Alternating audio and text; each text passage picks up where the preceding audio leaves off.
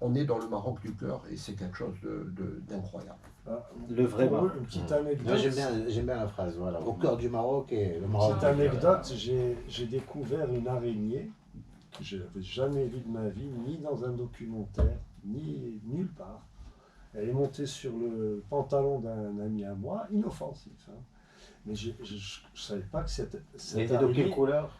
Alors c'était comme le corps était de la taille d'une balle de ping-pong avec des pattes, avec des couleurs extraordinaires, inoffensives.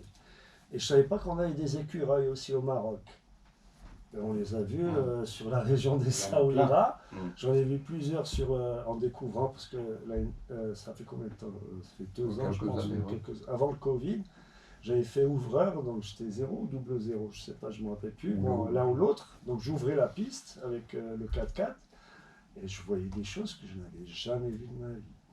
Des animaux et des insectes que j'ai jamais vus. En plus des paysages, voilà, et des spots. Voilà. Les paysages, je crois que on n'en parle même pas. Hein. J'ai fait un raid une fois en Harley-Davidson sur la route 66 aux États-Unis et j'ai vu des spectacles, des très beaux spectacles. Alors c'est exactement la même chose au Maroc en plus petit et avec beaucoup plus de couleurs. Et plus intime. Et avec des gens extraordinaires surtout, parce que les gens, comme on est presque gênés des gestes qu'ils font pour nous. Et c'est des petits gestes mais qui veulent dire beaucoup de choses et avec une générosité extraordinaire. Et juste une petite parenthèse, à l'époque, dans les années 70, c'était quand même le rallye de Sa Majesté le Roi Hassan II.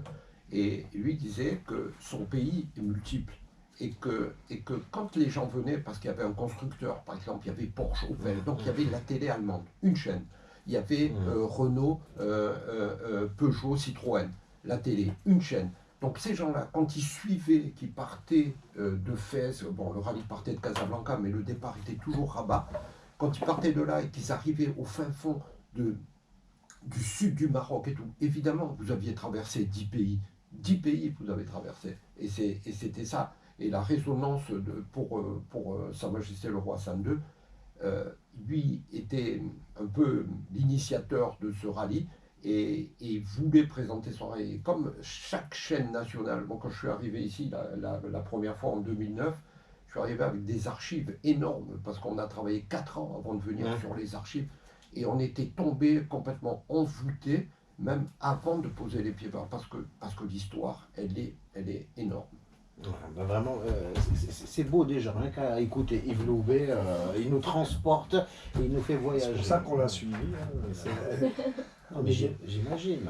On a gagné des choses pendant toutes ces années. On tombe vite fait et... sous le charme donc du concept. Moi, j'ai rien à voir avec le sport auto ni quoi que ce soit, j'ai envie de déposer un congé et d'aller suivre le rallye. Bah, excellent. Notre objectif aujourd'hui de discuter de tout ça, c'est faire découvrir cet événement. Et j'invite tous les Marocains à suivre ces étapes. Nous, on peut transmettre des informations pour ensuite demander à Karim de quelle manière on peut retirer les informations et le suivi de ce rallye. Donc c'est toi qui t'occupes du volet communication pendant l'événement en fait. Oui, pendant l'événement, effectivement. Alors, tout d'abord, il y a un point sur lequel vous avez parlé tout à l'heure et qu'il faut préciser. Les voitures participantes, on parle de voitures de compétition, c'est-à-dire avec toute la norme de sécurité.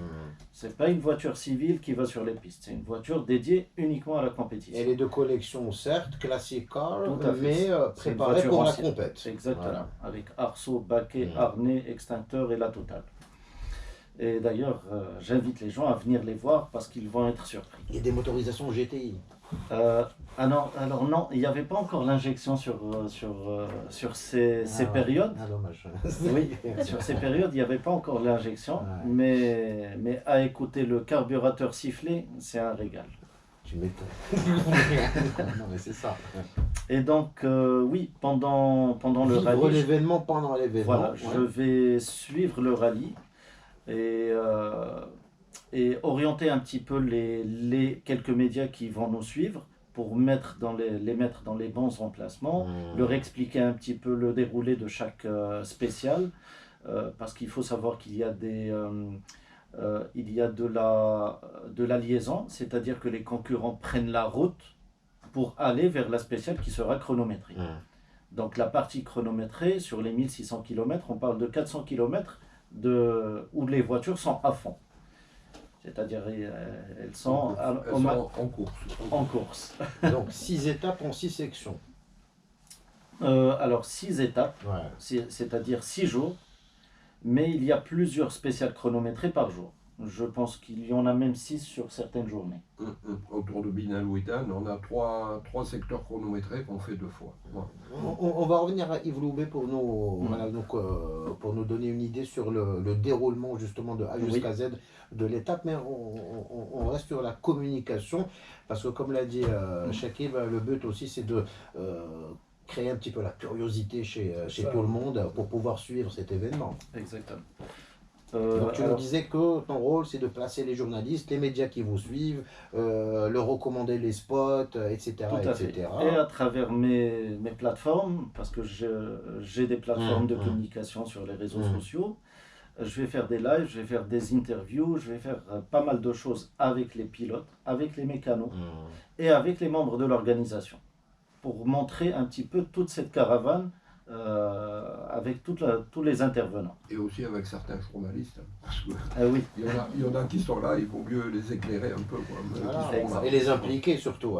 Oui, parce que les journalistes, ils sont envoyés par leurs journaux, mais ils s'y connaissent pas. Parce donc il faut l'impliquer pour qu'ils sachent de quoi ils parlent. Voilà, justement. Tu mettras les classements aussi, je pense. Aussi, oui, bien sûr. De tous les jours. Voilà, bien pour sûr. suivre aussi l'évolution, parce qu'il faut savoir qu'on a des équipages aussi marocains. On a Khalid Kabaj aussi qui vient tous les ans, et qui est originaire d'Agadir. Agadir. Voilà, et que nous apprécions beaucoup. C'est un charmant monsieur et il nous fait toujours honneur et il élève haut le drapeau marocain à chaque édition.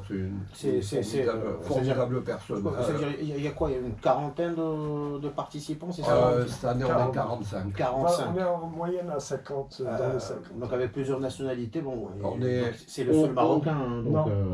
On est 11 nationalités. 11 nationalités. Alors moi, les Français au Maroc, je leur dis nos Marocains. Oui, ça c'est... C'est la famille Descamps. On a Nibo Drancy qui est aussi un natif du Maroc avec toute sa famille, Patrick Borne aussi qui est là depuis plusieurs générations aussi. Donc il est marocain. Comme Dominique Marciano aussi. Mohamed Dominique Marciano. Non mais c'est ça en fait. Je comprends. Non parce que je comprends l'esprit, parce que c'est des Français d'origine, mais qui sont au Maroc depuis plusieurs générations. Voilà, le truc c'est que c'est 3-4 générations. Donc quand en Europe ils sont tout de suite... on ne parle même pas de génération, quoi. Il suffit de venir faire des études et c'est même bon. Yves Loubet va pas tarder aussi. Non, Yves Loubet. Mohamed Yves. On va trouver un prénom pour lui. Nabil. En tout cas, est-ce qu'il y a quelque chose à gagner au final? Non. Rien pour motiver les... Non. Si vous aviez 25 ou 30 ans, il y a d'autres rallyes pour ça. Là, oui. Artisanat marocain. Action sociale. Voilà.